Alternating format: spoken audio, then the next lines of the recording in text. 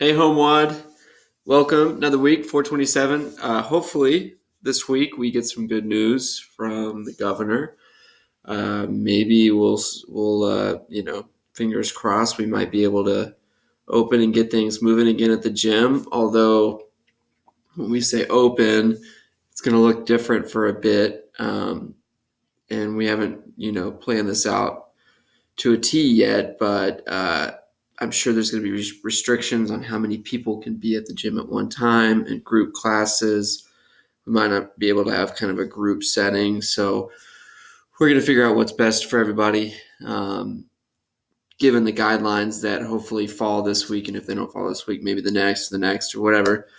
But we're looking forward to it, whatever may come, because it's a step towards getting the gym open again and getting you guys back and moving again. Fingers crossed. Hopefully we'll hear something this week.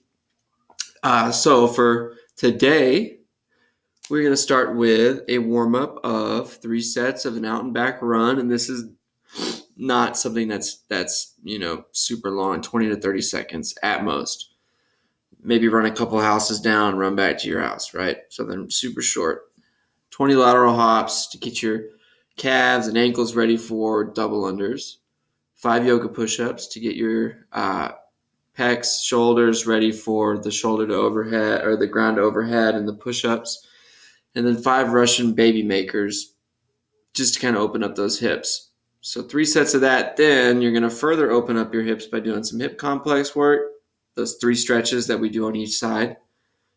And then shoulder prep, whether that is with a band like we normally do, right, with our 10s, one way, yep. Or you can take a pair of light weights, 5, if you got, some 5-pound dumbbells or something you can find around the house that's 5 to 10 pounds, and you can kind of, do the same type of movements just without a band. So the workout is 4 sets of 5 minutes of work and 2 minutes of rest between every set. So 20 minutes total, 5-minute sections for 4 sets total. Each, or starting at the first set, is going to be rounds of, or an AMRAP of 40 double unders, and we'll say, or 60 singles. Because I want you to keep moving. I don't want you to, be doing 100 single unders for the entirety of a minute or whatever. So 40 double unders or 60 singles in the right place. 8 ground overhead, and you can do this with whatever you'd like. It's easiest for me to use a plate, but you can use a backpack, right? Or a weighted backpack that hopefully you've got configured. If not, grab an old backpack, throw a bunch of books in it, try a towel around that, right? Maybe tape it up a little bit so it doesn't move too much, or bricks or whatever you want. But make a heavy object that you can put overhead 8 times without stopping. So ground overhead, touching the ground, going all the way to an overhead motion, right?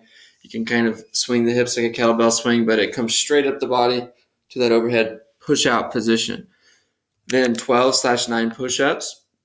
Ideally, you're able to do these unbroken for the most part. You might break them up in the last couple rounds or whatever, but you should at least start your first AMRAP with these unbroken. So if you have to scale, but I want you to go full range of motion. So I don't want you to just do half reps.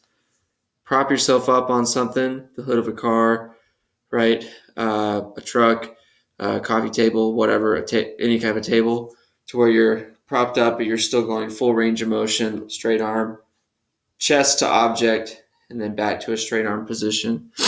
And then 8 goblet squats, ideally using the same weight you did for the ground to overhead movement. So AMRAP those 1, 2, 3, 4, 5, 4 movements. And once you're done with a 5-minute work session, when the next 5 minutes starts, pick up where you left off. So if you got through like 4 full rounds and then you got through 7 ground overhead, you did your double unders, and then you did 7 ground overhead on your 5th round.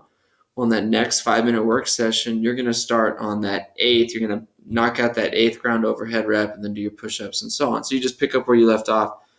Your score is going to be your total amount of completed sets, and then whatever reps you have left over on that last set.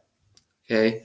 So if you can, go ahead and in the private Facebook group, put in what you got, right? It'll kind of help keep everybody accountable. It'll be fun to see what everybody's doing.